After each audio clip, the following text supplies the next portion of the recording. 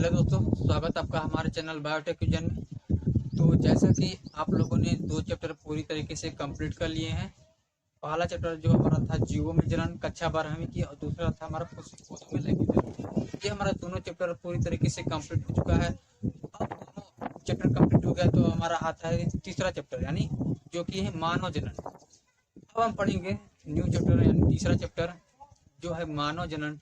तो देखते हैं कि क्या है मानव जनन। ठीक है, मानव जनन जो कि हमारा चैप्टर नंबर तीसरा है। ठीक है, मानव जनन। ठीक है, मानव जनन ये हमारा अध्याय 3 है। ठीक है, अध्याय 3 यानी भाग नंबर 1। ठीक है, तो सबसे पहले हम पढ़ेंगे कि मानव जनन क्या होता है। लिखा है मानव, मानव और जनन, यानी जनन का मतलब होता है अपने जाति की उत्पत्ति करना, अपने समान नए जाति को बनाना। ठीक है, और मानव का मतलब होता है मनुष्य। ठीक है, जो जीवित जीव है, जो समस्त स्तनधारी है, वो क्या है, हमारा मानव है यानी मनुष्य है। तो मनुष्य में क्या होता है, लैंगिक जनन तो होता है, लेकिन मनुष्य में हमारा जनन किस प्रकार का होता है, किस तरीके से मनुष्य अपने समान नए संतान को बनाता है, किस तरीके से उसमें हमारा जनन पर होता है, यानी कौन सा जनन होता है और क्या बनता है, किस वजह से हमारा नए संतान उत्पन्न होता है। हम इस चैप्टर में क्या क्या पढ़ेंगे, तो सबसे पहले हम इस चैप्टर में पढ़ने वाले हैं वो हमारा इस चैप्टर में सबसे पहले पढ़ेंगे जनन क्या होता है। जनन क्या होता है, ठीक है, और जनन का उद्देश्य क्या है, क्या उद्देश्य है कि जनन हो सके। और पढ़ेंगे हम क्या कि जनन कितने प्रकार का होता है, और पढ़ेंगे जनन का प्रकार, जनन का प्रकार। ठीक है, जनन का प्रकार। जो लोग इस चैप्टर को पहली बार देख रहे हैं या जो लोग पहले से कुछ चैप्टर पढ़ चुके हैं, जैसे हमारा सेकंड और फर्स्ट चैप्टर जो पढ़ चुके हैं, उनको अच्छी तरीके से समझ में आएगा जनन और जनन के प्रकार क्या होता है, जनन किस तरीके से पाया जाता है, जनन कितने प्रकार का होता है। ठीक है, लेकिन जो शुरुआत कर रहे हैं डायरेक्ट तीसरे चैप्टर पे, वो भी सीख सकेंगे, हम पूरा बेसिक से बताएंगे। ठीक है, जनन हो गया, जनन का प्रकार हो गया, और पढ़ेंगे कि हमारा जनन कौन सा प्रकार हो गया। अब पढ़ेंगे इसमें हम जनन की घटनाएं। ठीक है, जनन की घटनाएं। ठीक है, और जनन की घटनाएं जो हमारा 3 घटनाएं होंगी, जैसे हमारा आता है जनन की घटनाएं में हमारा निषेचन पूर्व घटना, निषेचन निषेचन पश्च घटना। निषेचन पूर्व घटना में क्या क्या होता है, निषेचन कितने प्रकार का होता है, युग्मक कितने प्रकार के होते हैं, सब चीज पढ़ेंगे। निषेचन बाह्य होता है, अंत होता है, सभी चीज को देखने वाले हैं। और इसमें हमारा जो मुख्य रूप से मानव जन्म, ये तो हमारा बेसिक चीज हो गई, बेसिक चीज। अब जो हमारा मानव जन्म के अंतर्गत जो हमारा चैप्टर आता है, क्या क्या पढ़ने हैं, क्या क्या हम पढ़ेंगे मानव जन्म में। तो सबसे पहले पढ़ेंगे कि मानव जनन जो होते हैं उसमें कुछ अंग पाए जाते हैं, यानी मानव जनन तंत्र, यानी जो मानव जो उत्पन्न करने वाले कुछ अंग पाए जाते हैं, जो मानव को एक मानव से 2 मानव बनाता है, उस वो बनाने के लिए कुछ अंग पाए जाते हैं, उसे बोलते हैं जनन तंत्र। तंत्र का मतलब ये होता है जो सभी ग्रुप्स ऑफ ऑर्गन, यानी हमारा अंगों का समूह जो होता है वो समान एक ही समान कार्य करे, यानी अंगों का ऐसा समूह जो हमारा एक ही समान कार्य करे, उसे हम क्या बोलते हैं, तंत्र। ठीक है, तो मानव जनन में हम क्या क्या पढ़ेंगे, पहले हम पढ़ेंगे नर जनन तंत्र, नर जनन तंत्र, और पढ़ेंगे मादा जनन तंत्र, मादा जनन तंत्र, और पढ़ेंगे हम इसमें युग्मक जनन, युग्मक जनन, और युग्मक जनन के बाद पढ़ेंगे आर्तव चक्र, आर्तव चक्र या मासिक चक्र या मासिक धर्म। उसके बाद हम पढ़ेंगे क्या, उसके बाद हम पढ़ेंगे निषेचन, निषेचन या अंतरोपण। ठीक है, अंतरोपण। ठीक है, और उसके बाद हम पढ़ेंगे सगर्भता। ठीक है, प्रसव, प्रसव या प्रसव तथा दुग्ध श्रवण, दुग्ध श्रवण। ठीक है, प्रसव तथा दुग्ध श्रवण। और जो हम पढ़ेंगे इसके बाद हमारा आता है सगर्भता का। ठीक है, सगर्भता, ये यानी इतनी चीजों को हम क्या करेंगे, ये मानव जनन तंत्र के अंतर्गत पढ़ेंगे। ये मानव जनन तंत्र अकेला पढ़ेंगे, यानी मानव जनन यानी मानव में जो हमारा मुख्य रूप से जो अंग होता है, जो मानव को बनाने में उपयोगी होता है, ठीक है, वो पढ़ेंगे। और मादा जनन तंत्र में जो मादा के द्वारा हमारा जो नए जो मानव और नर और मादा जो आपस में मिलकर हमारे संतान को बनाती है, उनके बारे में पढ़ेंगे। मादा किस तरह से संतान बना रही है। और युग्मक जनन में हम पढ़ेंगे कि जो नर में हमारा कोशिका बढ़ रही है और मादा में कोशिका बढ़ रही है, जिसे हम युग्मक बोल रहे हैं, उन युग्मक बढ़ने की क्रिया कैसे हो रही है। आर्तव चक्र किस तरह से हो रहा है। आर्तव चक्र जो हमारा 28 दिन पर एक बार उत्पन्न होता है, ठीक है। और निषेचन क्या होता है, यानी नर युग्मक मादा युग्मक आपस में किस तरह से फ्यूज कर रहे हैं। प्रसव क्या होता है, दूसरा चक्र क्या होता है। इन चीजों को हम अच्छी तरीके से देखने वाले हैं। कौन सा चैप्टर में, मानव जनन, ह्यूमन रिप्रोडक्शन, ठीक है। तो सबसे पहले हमारा आता है जनन क्या होता है। मानव का मतलब मनुष्य और जनन, जनन का मतलब होता है अपने समान जाति को उत्पन्न करना, अपने समान नए जाति को बनाना, यानी एक जीव से दो जीव बनाना है, दो जीव से एक जीव बनाना हमारा क्या कहलाता है, जनन कहलाता है, ठीक है। तो इतना क्लियर है आप लोगों को। तो हम सबसे पहले देखते हैं जनन क्या होता है, ठीक है। जनन क्या होता है, ठीक है। तो देखते हैं जनन, ठीक है। तो जनन देख लेते हैं।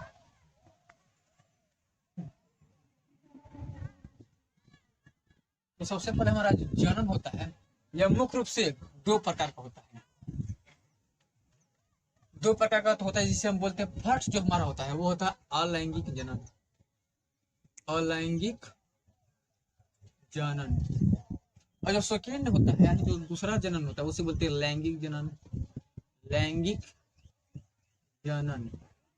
हम क्यों बोले थे कि पहला और दूसरा चैप्टर जो लोग नहीं पढ़े वो इस चैप्टर को पढ़ सकते हैं, क्योंकि हम पूरा शुरू से अच्छी तरीके से हम बेसिक से बता रहे हैं, यानी जनन समझा रहे हैं। किस तरीके से आप लोग किस तरीके से समझेंगे इस चैप्टर को, इजी बनाया जा सकता है इस चैप्टर को पूरी तरीके से। ये टर्मिनोलॉजी है, पूरी तरीके से स्टेप बाय स्टेप ये है चैप्टर, और इस चैप्टर बहुत ही इंटरेस्ट होने वाला है, ठीक है। तो अलैंगिक जनन हो गया, और दूसरा है लैंगिक जनन। तो जो हमारा अलैंगिक जनन था, हमारा फर्स्ट चैप्टर था जीवों में जनन। ये जीवों में जनन हमारा बेसिक चैप्टर है। जो इस चैप्टर को हमारे वीडियो में देखे हैं उनको पूरी अच्छे तरीके से समझ में आएगा। और दूसरा जो लैंगिक जनन जो हमारा मुख्य रूप से पौधों में हुआ था, अब पौधों पर हमारा जंतु में हुआ था, जो जंतु में हमारा तीसरा चैप्टर है मानव जनन, ठीक है। तो लैंगिक जनन जो हमारा होता है जनन में, यानी फर्स्ट अलैंगिक जनन, दूसरा लैंगिक जनन। जनन किसे बोलते हैं, ठीक है। जनन किसे बोलते हैं, तो जनन की परिभाषा लिख लेते हैं।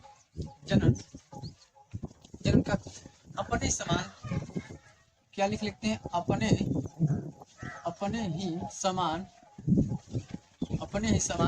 नए जाति को उत्पन्न करना। अपने ही समान नए जाति को उत्पन्न करना,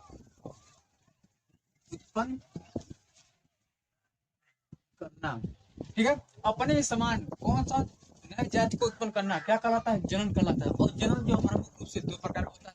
अलैंगिक जनन क्या होता है, अलैंगिक जनन जो होता है यह मुख्य रूप से वन पेरेंट्स यानी एक जीव की जरूरत पड़ती है। हम पहले अलैंगिक जनन बता देते हैं, उसके बाद लैंगिक जनन बताएंगे, फिर अलैंगिक जनन और लैंगिक जनन में डिफरेंस देख लेते हैं, क्या अंतर है, क्या भिन्नताएं हैं, किस तरीके से हम लोग पढ़ेंगे, ठीक है। पूरी तरीके से समझने वाले, अच्छे तरीके से डिटेल में, जो आप लोगों को अच्छी तरीके से समझ में आए, ठीक है। तो अलैंगिक जनन में क्या होता है, अलैंगिक जनन में हमारा एक जीव की आवश्यकता होती है। अलैंगिक जनन में हमारा एक जीव की आवश्यकता होती है, और एक ही जीव से हमारा कोशिका विभाजन के द्वारा एक नया जीव बन जाता है, ठीक है।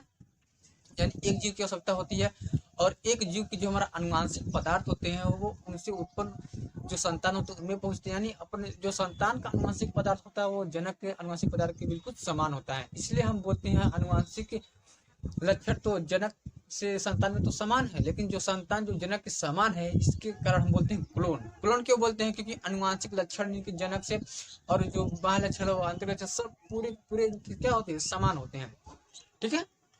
ना इसमें गैमेट का निर्माण होता है, ना इसमें किसी भ्रूण का निर्माण होता है, ठीक है। ये डायरेक्ट कोशिका विभाजन, मान लीजिए एक प्रकार का ये कोशिका विभाजन है, जिससे द्वारा एक नए जीव को उत्पन्न किया जा रहा है, जैसे अमीबा में होता है।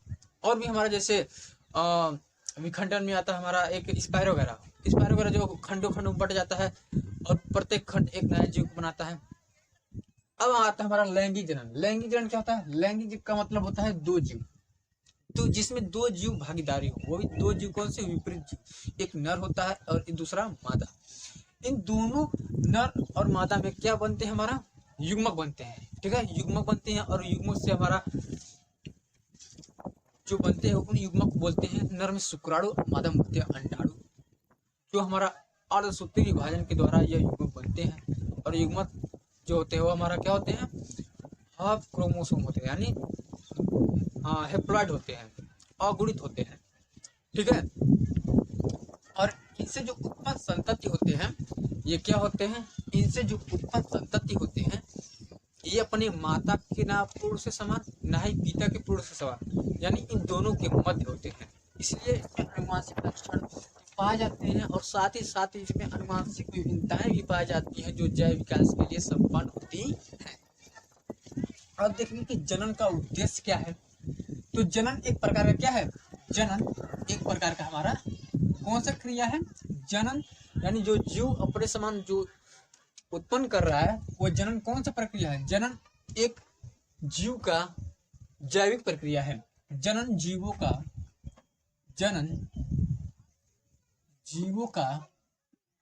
जैविक प्रक्रिया है। जनन जीवों का जैविक प्रक्रिया है। कोई नहीं पूछेगा कि जनन एक प्रकार का केमिकल प्रोसेस है या फिजिकल प्रोसेस है, नहीं, जनन एक क्या है? बायोलॉजिकल प्रोसेस है, ठीक है। तो हमारा जनन जो हमारा दो प्रकार का होता है, इसमें हम लिखेंगे डिफरेंस में, इसमें एक जीव का निर्माण होता है, एक जीव की आवश्यकता, एक जीव की आवश्यकता, और इसमें जो होता है दो विपरीत जीव की आवश्यकता, दो विपरीत जीवों की आवश्यकता, दो विपरीत जीवों की आवश्यकता पड़ती है। किसमें? लैंगिक जनन में। अलैंगिक जनन में एक जीव की आवश्यकता। इसमें युग्मक का निर्माण नहीं होता, युग्मक का निर्माण नहीं होता, युग्मक का निर्माण नहीं होता। इसमें क्या होता है? इसमें हमारा होता है युग्मक का निर्माण होता है, युग्मक का निर्माण होता है, निर्माण होता है, ठीक है। और जो तीसरा आता है इसमें निषेचन नहीं होता, निषेचन तथा भ्रूण का निर्माण नहीं होता, नहीं होता है। निषेचन तथा भ्रूण का निर्माण होता है लैंगिक जनन, ठीक है। निषेचन तथा भ्रूण का निर्माण होता है,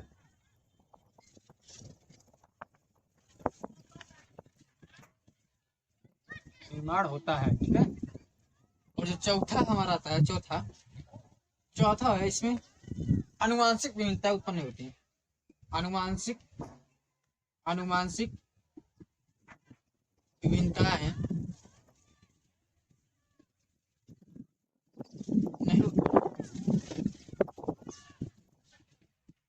नहीं उत्पन्न। इसमें क्या होती है? आनुवांशिक विभिन्नता उत्पन्न होती है,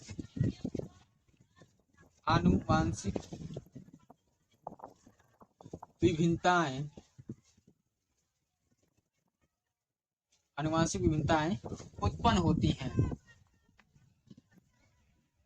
उत्पन्न होती। इसमें क्या होता है? आनुवांशिक विभिन्नताएं नहीं उत्पन्न होती। इसमें क्या होता है? आनुवांशिक विभिन्नताएं उत्पन्न होती है। जो पांचवा प्रोसेस है ये सबसे इम्पोर्टेंट है, इसमें जैव विकास का निर्माण नहीं होता है। इसमें जैव विकास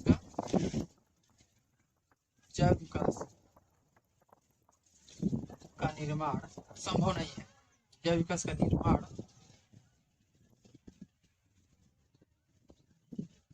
संभव नहीं है, अर्थात नए जाति का उत्पत्ति नहीं होती, अर्थात नए जाति की उत्पत्ति नहीं होती,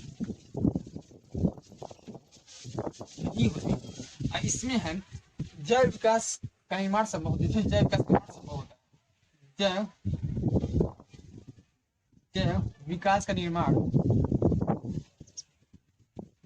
जैव विकास का निर्माण संभव होता है।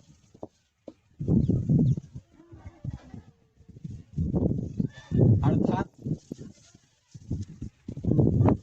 नए जाति की उत्पत्ति संभव है, अर्थात नए जाति की उत्पत्ति संभव है, संभव है। ठीक है, इतना आप लोग समझिए। लैंगिक जनन में, अलैंगिक जनन, ठीक है, ये हमारा मोस्ट इम्पोर्टेंट जो हमने लिखा है ना, पूरी तरीके से कॉन्सेप्ट है ये। यानी आप लोग पूरी तरीके से आप समझ गए होंगे कि अलैंगिक जनन क्या होता है, लैंगिक जनन क्या है। क्योंकि हमें जनन तो पढ़ना ही है, अगर कोई पूछ देगा जनन क्या होता है, तो अगर आपका कॉन्सेप्ट या आपको पता है पूरी अच्छी तरीके से जनन के प्रकार पता है या जनन के प्रकार भी पता है, तो अच्छे तरीके से बता पाएंगे और अच्छे तरीके से आप समझ पाएंगे। तो जनन क्या होता है, अपने समान नए जाति को उत्पन्न करना। और जनन जीवों का एक क्या है, जैविक प्रक्रिया है, इतना ध्यान रखिएगा। दो ये लाइन पूरा महत्वपूर्ण है।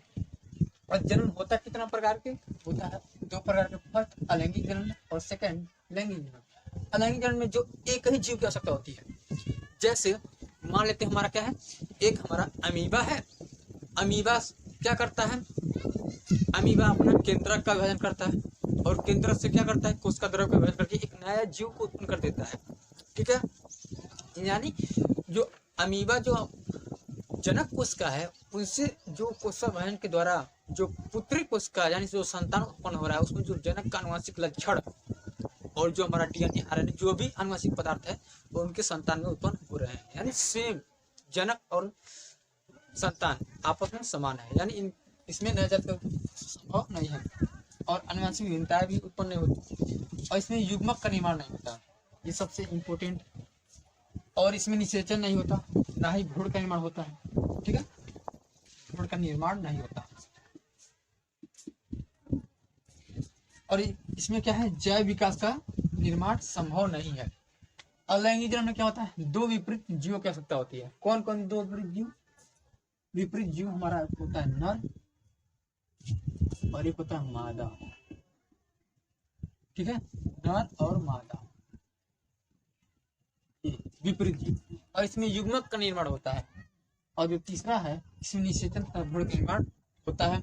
और चौथा, इसमें आनुवंशिक भिन्नताएं उत्पन्न होती हैं। क्यों आनुवंशिक भिन्नता उत्पन्न होती है, क्योंकि जो नर से और मादा से जो युग्मक बने, उन युग्मक से जो नया युग्मक बना है, युग्मक से भ्रूण, भ्रूण से जो नया जीव बना है, इस कारण से उस जीव में ना तो पूर्व से पिता के समान लक्षण है, ना ही पूर्व से माता के समान, यानी उसमें आनुवंशिक भिन्नताएं उत्पन्न होती हैं, दोनों के लक्षण होते हैं। और इसमें जैव विकास का निर्माण संभव होता है, अर्थात नए जाति की उत्पत्ति संभव है। अब हम पढ़ेंगे कि जनन का उद्देश्य क्या है। ठीक है, अब इतना समझ गए कि जनन दो प्रकार का होता है, अलैंगिक और लैंगिक। और जनन अपने ही समान नए जाति को उत्पन्न करना। और जनन कौन सा प्रोसेस है, बायोलॉजिकल प्रोसेस, क्योंकि जीव विज्ञान यानी बायोलॉजी, तो बायोलॉजी क्या है, जीव विज्ञान। और जीव विज्ञान हमेशा जैविक प्रोसेस ही होता है, केमिकल प्रोसेस बहुत कम होता है, यानी केमिकल प्रोसेस इसमें होगा ही। अब आता है हमारा जनन का उद्देश्य।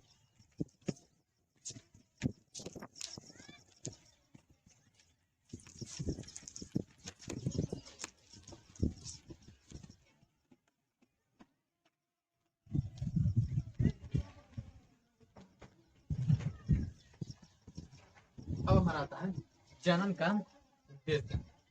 ठीक है, जनन का उद्देश्य में जो हमारा आता है,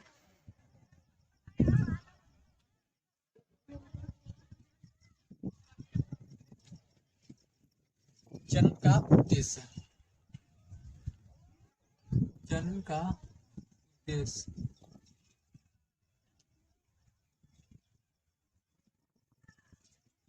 जनन का उद्देश्य क्या है? फर्स्ट हमारा है जनन का उद्देश्य में, हमारा जो जनन का उद्देश्य में आता है वो है हमारा जात की वृद्धि। फर्स्ट जो हमारा आता है जात की वृद्धि, जात की वृद्धि, ठीक है। और जो सेकंड हमारा आता है, सेकंड आता है, सेकंड क्या है यहाँ पे, सेकंड हमारा है समष्टि संगठन, समष्टि संगठन, समष्टि संगठन। और जो हमारा तीसरा है, तीसरा क्या है? जाति की निरंतरता, जाति की निरंतरता। और जो चौथा है, चौथा है विभिन्नताएं।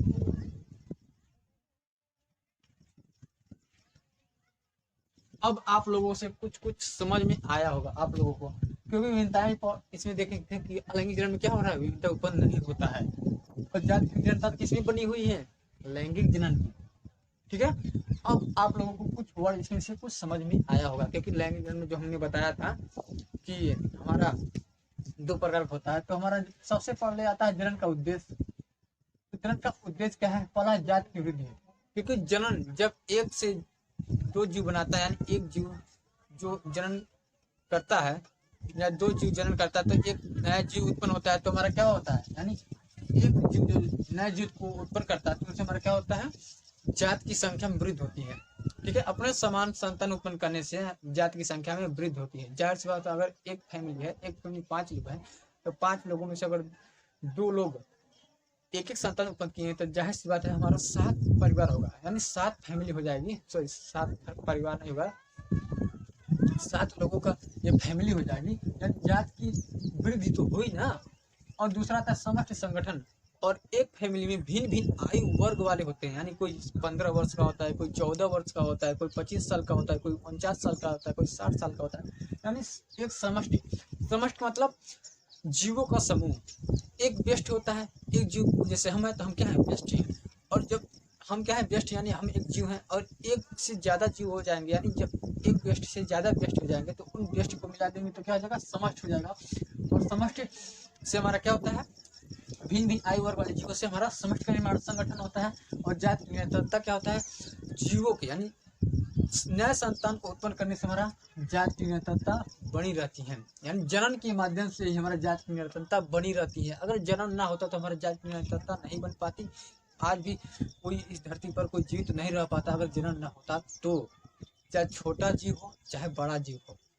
और विभिन्नताएं, विभिन्नताएं मतलब जो जनन हो, जनक और संतान आपस में समान न हो, आपस में समान न दिखे, उसी को बोलते हैं विभिन्नताएं। विभिन्नता मतलब जनक और संतान एकदम भिन्न है। या तो उनका अनुवांशिक लक्षण अलग अलग है, यानी माता पिता का, या तो उनका बाह्य आकृति और उनका हर चीज, बाह्य आकृति या आंतरिक आकृति, विभिन्नताएं, ठीक है। यानी पूरी तरीके से भिन्न है, अपने माता पिता के समान नहीं, यानी कुछ कुछ है, यानी आधा माता का आधा पिता का, यानी पूरी तरीके से समान नहीं होती, इसे बोलते हैं विभिन्नताएं, ठीक है। तो ये हमारा होता है जनन का उद्देश्य। अब हमारा आता है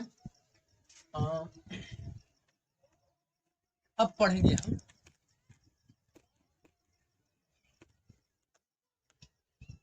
लैंगिक जनन, ठीक है, लैंगिक जनन, ठीक है। अब हम पढ़ेंगे अलैंगिक जनन तो नहीं पढ़ेंगे, क्योंकि मानव क्या करता है? लैंगिक जनन करता है, ठीक है। हम पढ़ेंगे लैंगिक जनन, लैंगिक जनन। लैंगिक जनन क्या होता है? लैंगिक जनन में दो विपरीत जीवों की आवश्यकता होती है, यानी दो विपरीत जीव, एक हमारा होगा नर और दूसरा होगा मादा। नर में हमारा कुछ बनेंगे नर जनन तंत्र से नर युग्मक, और मादा बनेंगे मादा जनन तंत्र से मादा युग्मक। नर युग्मक जब हमारा नर से बनते हैं तो हमारा अर्धसूत्री विभाजन होता है, और मादा युग्मक जब हमारा मादा से बनता है तो हमारा बनता है अर्धसूत्री विभाजन होता है। और दोनों ही नर युग्मक और मादा युग्मक अगुणित होते हैं, यानी इसमें गुणसूत्रों की संख्या आधी हो जाती है। अभी हम पूरी तरीके से बताएंगे, आधी हो जाती है। और नर युग्मक और मादा युग्मक आपस में फ्यूज करते हैं तो बनता है निषेचन, और नर युग्मक और मादा युग्मक जब पूरी तरीके से फ्यूज कर लेते तो हमारा बनता है युग्मनज, और युग्मनज हमारा कोशिका गठन के द्वारा बनता है ब्लास्टुला, मोरुला, मोरुला से ब्लास्टुला, ब्लास्टुला से ब्लास्टोसिस्ट, और इसके फलस्वरूप हमारा गर्भाशय के अंतःस्थ से चिपक जाता है, जिसके होता है प्रत्यारोपण या अंतरोपण। ठीक है,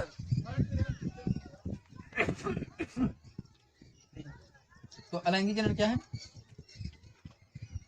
अलैंगिक जनन दो विपरीत जीवों की आवश्यकता होती है। दो विपरीत जीव कौन कौन से? दो विपरीत जीव जो हमारा होते हैं, फर्स्ट जो हमारा होते हैं वो होते हैं नर, फर्स्ट जो होते हैं नर, और सेकंड होते हैं हमारा मादा, यानी इससे हम बोल सकते हैं पुरुष या नर, इससे बोल सकते हैं स्त्री या मादा। ठीक है, और जो हमारा पुरुष यानी नर से हमारा नर जनन तंत्र होता है, नर जनन तंत्र होता है, और इसमें क्या होता है? मादा जनन तंत्र होता है, मादा जनन तंत्र। ठीक है, मादा जनन तंत्र होता है। नर जनन तंत्र क्या होता है? नर का मतलब कोई नर यानी कोई पुरुष, जनन का मतलब कोई उत्पन्न कर रहा है, तंत्र का मतलब यानी ऐसा अंगों का समूह जो एक ही कार्य को करने में संपन्न हो। कौन सा कार्य करने में संपन्न हो रहा है? जनन करने में, यानी ऐसा बहुत से अंग जो जनन करने में सक्षम हो, उसे बोलते हैं जनन तंत्र।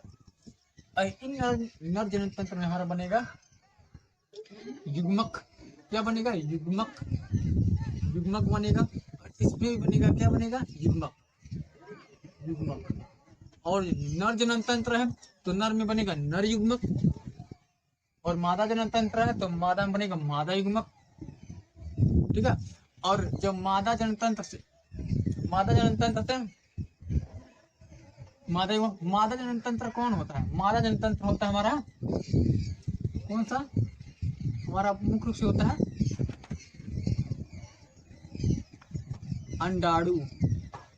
अंडाणु, और ये जो हमारा होता है शुक्राणु,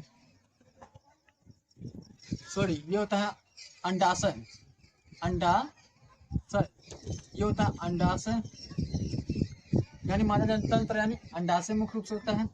और नर जनन तंत्र में हमारा मुख्य रूप से कौन सा होता है? वृषण। मुख्य रूप से इसमें वृषण से ही हमारा नर युग्मक बनता है। ठीक है, आप मादा जनन तंत्र या नर जनन तंत्र को ऐसे नहीं मानिए कि ये नर जनन तंत्र में वृषण है, मादा जनन तंत्र में अंडाशय। नहीं, हम आपको समझाने के लिए बोले हैं कि नर युग्मक कहाँ से निकल रहा है, यानी वृषण से, अंडाशय से मादा युग्मक बन रहा है। ठीक है, और जो मादा युग्मक हम क्या बोलते हैं? मादा युग्मक है यानी वृषण बनेगा शुक्राणु, और मादा नर युग्मक से बनेगा शुक्राणु, और मादा युग्मक से बनेगा हमारा अंडाशय से निकलेगा अंडाणु। और जो मादा यानी जो मादा जनन तंत्र, जो अंडाशय है ना, जो मादा जनन तंत्र है, ये हमारा क्या है? ये हमारा है पूरा 46 गुणसूत्र है, यानी द्विगुणित है। द्विगुणित क्या है? द्विगुणित है। ये भी हमारा क्या है? 46 है, यानी द्विगुणित। ठीक है, अब ये भी 46, ये भी 46, यानी दोनों क्या है? द्विगुणित है। तो हमारा मादा युग्मक जब बनेगा यानी अंडाणु बनेगा, और नर में हमारा शुक्राणु बनेगा, तो हमारे इसके फलस्वरूप यानी अंडाशय से जो अंडाणु बनेगा, यानी जो 46 द्विगुणित गुणसूत्र है, इनसे हमारा आधा गुणसूत्र बने हो जाएगा। तो हमारा कौन सा विभाजन होगा? अर्धसूत्री विभाजन,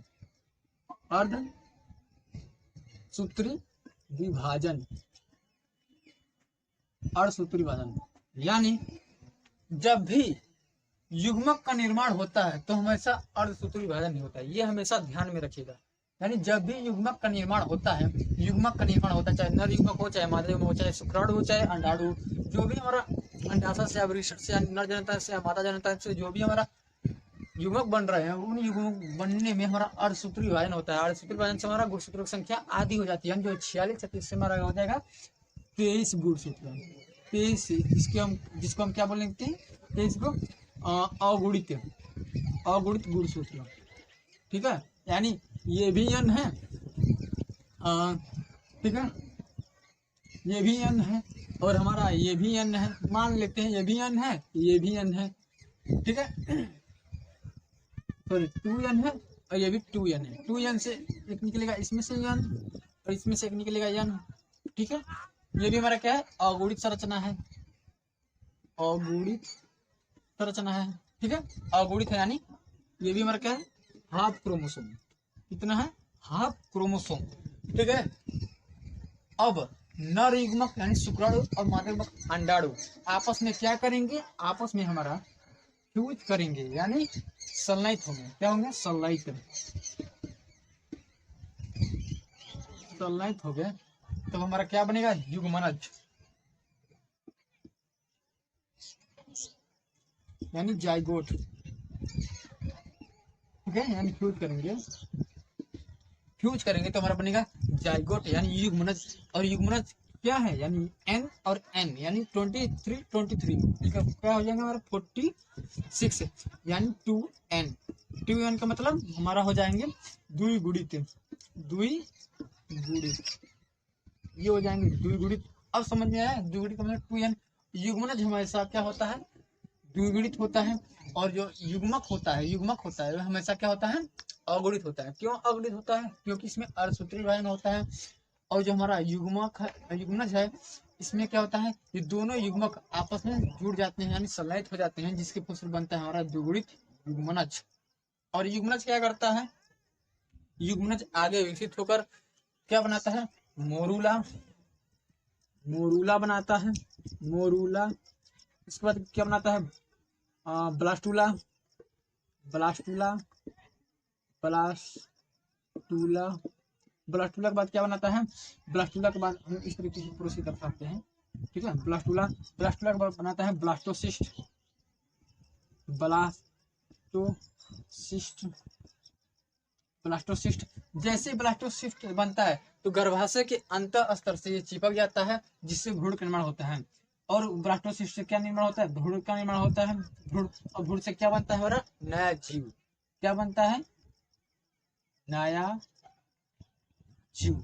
यही है हमारा पूरा प्रोसेस मानव जनन, ठीक है। यानी मोरूला, मोरूला कब बोलेंगे, जब हमारा 16 से 32 कोशिकाएं बनेंगी तो मोरूला बोलेंगे। और जब 32 से 64 कोशिकाएं बनेंगी तो हम क्या बोलेंगे, ब्लास्टूला। और ब्लास्टोसिस्ट कब बोलेंगे, जब हमारा 128 कोशिका बन जाएंगी कोशिका विभाजन के द्वारा, तो हम क्या बोलेंगे, ब्लास्टूला। और ब्लास्टोसिस्ट, और ब्लास्टोसिस्ट जैसे ही 128 कोशिका बना लेती हैं तो गर्भाशय में पहुंचकर गर्भाशय के अंत स्तर में क्या हो जाती है, चिपक जाती है, जिसे बोलते हैं अंतरोपण, ठीक है। अंतरोपण होता है तो हमारा 9 महीने तक गर्भवती होता है, जिसके फलस्वरूप बनता है भ्रूण। और भ्रूण से हमारा नया जीव बनता है प्रसव के द्वारा, ठीक है, प्रसव के द्वारा, प्रसव के द्वारा नया जीव उत्पन्न होते हैं। बस यही हमारा पूरा प्रोसेस होता है मानव में जनन। कौन सा जनन होता है, लैंगिक जनन होता है, ठीक है। ये तो पूरा हो गया, ठीक है। नर जनन तंत्र में नर युग्मक और मादा जनन तंत्र में मादा युग्मक, ठीक है। और हमारा शुक्राणु क्या होता है, और जो हमारा ये पूरा शुक्राणु है क्या करता है, शुक्राणु जो होता है ये हमारा क्या करता है, शुक्राणु ये हमारा मादा क्यों, मादा के स्त्री जनन पंथ है, यानी मादा स्त्री जनन पथ में क्या हो जाता है, स्थानांतरित हो जाता है, स्थानांतरित हो जाता है। ये जो शुक्राणु है ये मादा जनन तंत्र में स्थानांतरित हो जाता है, ठीक है। तभी तो होता है संलयित। बिना शुक्राणु मादा जनन तंत्र में ना पहुंचकर संलयित नहीं हो सकता। यानी जब शुक्राणु मादा जनन तंत्र में प्रवेश करेगा, ठीक है, यानी यह हमारा क्या है, ये हमारा मान लीजिए एक हमारा ये मादा जनन तंत्र है, ठीक है। और ये हमारा क्या है, ये हमारा ग्रीवा है, तो ये हमारा वेजाइना से होते हुए सर्विक्स से होते हुए ऐसे पहुंचता है शुक्राणु, ऐसे ऐसे ऐसे ऐसे। और क्या करता है, ये हमारा क्या है, ये हमारा पूरा तरीके से मादा स्त्री जनन पथ है, पथ मतलब रास्ता। और यहाँ पर अंडाणु जैसे ही मोचित होता है तो ये शुक्राणु क्या करता है, इसे ऐसे विसर्जित कर लेता है, यानी संलयित होता है, मिल जाता है। उसी को बोलते हैं, क्या बोलते हैं, संलयित होता है, जिसके फलस्वरूप बनता है युग्मज। यानी संलयित को हम क्या बोलते हैं, निषेचन होता है, निषेचन होता है। ठीक है, ये ठीक है। तो ये हमारा पूरा प्रोसेस हुआ। अब हम पढ़ेंगे जनन की, अब हम पढ़ेंगे लैंगिक जनन की घटनाएं। ठीक है, लैंगिक जनन की घटनाएं पढ़ेंगे। अब हम पढ़ेंगे लैंगिक जनन की घटनाएं। ठीक है, पढ़ेंगे लैंगिक जनन की घटनाएं। फर्स्ट हमारा आता है लैंगिक जनन की घटनाएं।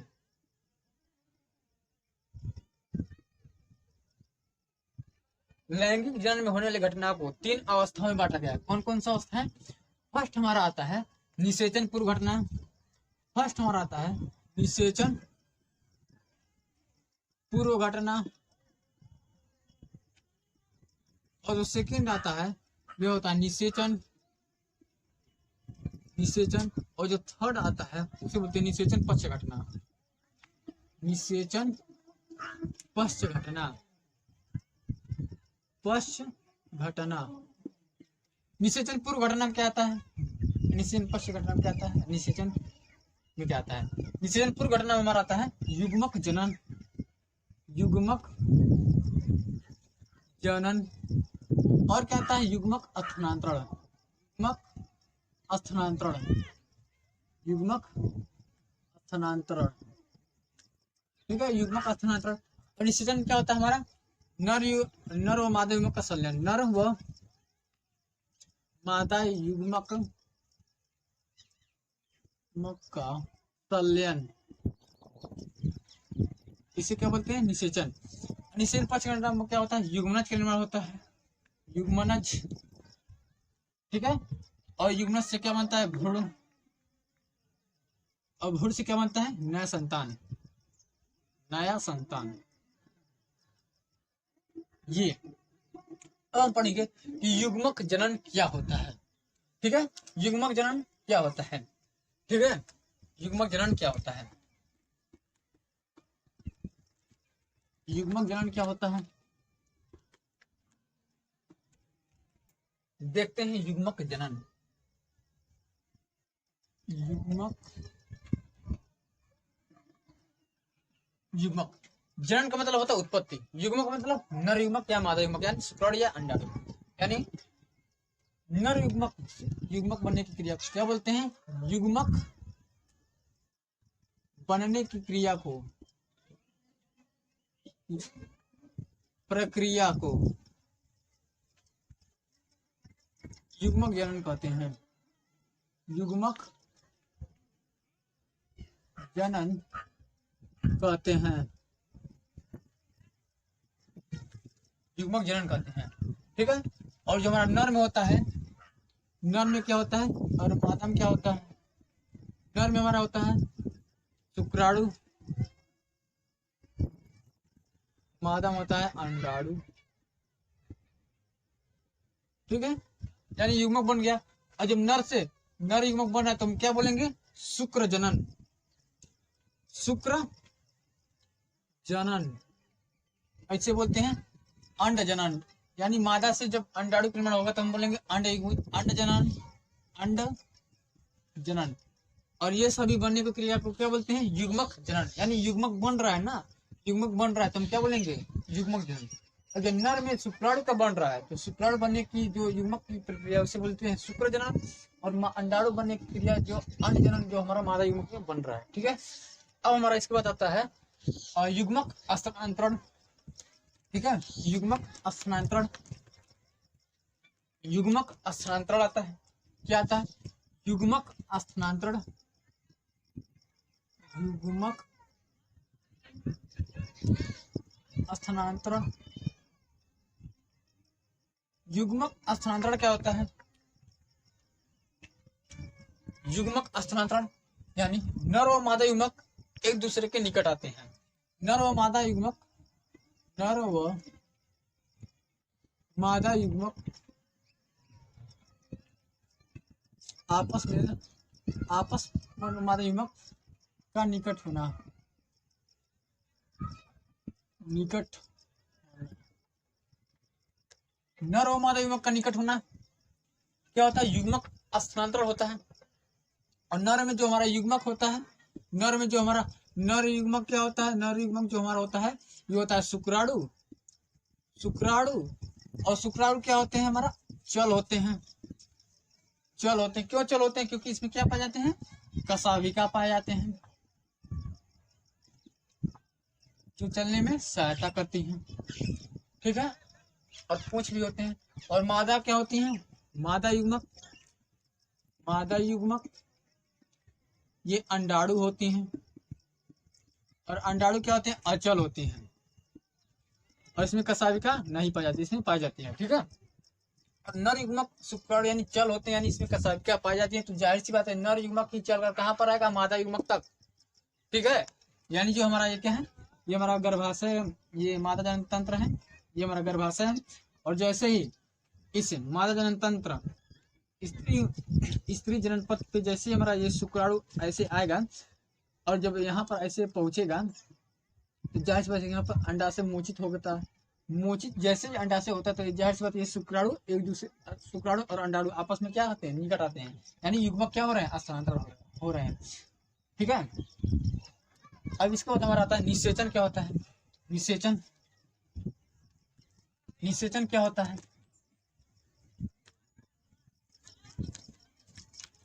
अब आता है निषेचन।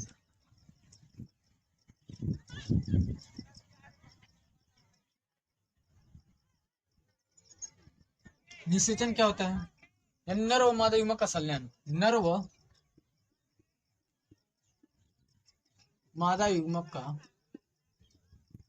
संलयन, संलयन यानी मिलन,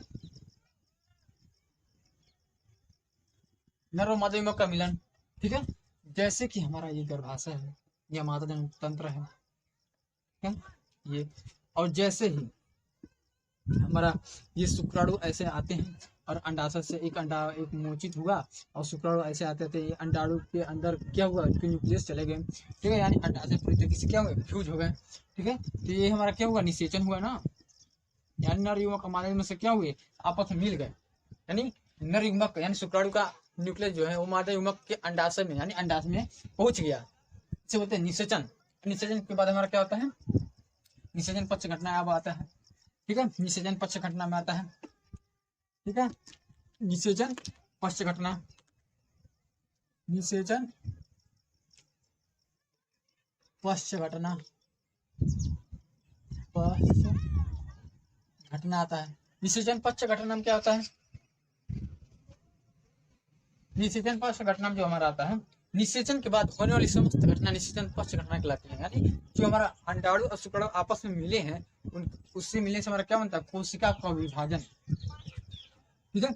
जैसे हमारा ये अंडाणु और शुक्राणु आपस में ऐसे करके मिले हैं, शुक्राणु और अंडाणु आपस में मिले हैं तो हमारा क्या होगा, ये एक कोशिका से दो कोशिका बन जाएगी। यानी जो मिल गए हैं तो एक कोशिका बनी होंगी, उसे बोलते थे युग्मनज, युग्मनज, ठीक है। यानी जो हमारा द्विगुणित है यानी 2n है। और एक कोशिका से दो कोशिका, 2 से 4, 4 से 8, 8 से 16, 16 जब 16 से यानी जब 16 से 32 कोशिका बनती है उसे बोलते हैं ब्लास्टोसिस्ट, सॉरी मोरूला, मोरूला। और मोरूला जैसे आगे विभाजित होकर हमारा 64 कोशिका बनाती है उसे बोलते हैं क्या, ब्लास्टूला, ब्लास्टूला। और ब्लास्टूला जैसे 64 से हमारा 128 जैसे ही बनाता है तो 128 जैसे बना लेता है उसे बोलते हैं ब्लास्टोसिस्ट, ब्लास्टोसिस्ट, ब्लास्टोसिस्ट। और 128 जैसे होता है हमारा कोशिका तो क्या होता है 128 से तो हमारे गर्भाशय के अंत स्तर से ये चिपक जाता है, ऐसे ऐसे ऐसे ऐसे करके चिपक जाता है।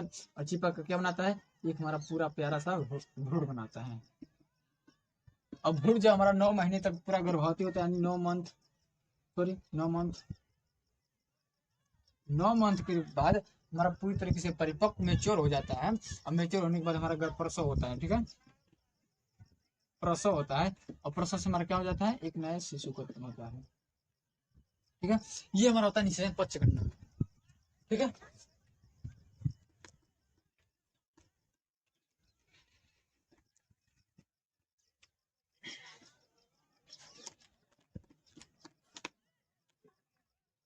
तो बस आज का ये इंट्रोडक्शन क्लास है। अब इसके बाद हम नेक्स्ट वीडियो में इसी के पार्ट को हम आगे बढ़ाएंगे। तो उम्मीद है आप लोगों को अच्छी तरीके से समझ में आया है। हमारे वीडियो को लाइक कर दीजिए, जिससे हम लोगों को अच्छी तरीके से मोटिवेशन मिलता है। और अगर कोई वीडियो में कमी रह गई है या आप लोगों को लगता है कि और भी कुछ इसमें लाना चाहिए, और भी कुछ ऐड करना चाहिए, तो आप कमेंट बॉक्स में ज़रूर बताइए, ठीक है। तो मिलते हैं आपको अगले वीडियो में। बने रहिए हमारे चैनल के साथ। बहुत बहुत धन्यवाद।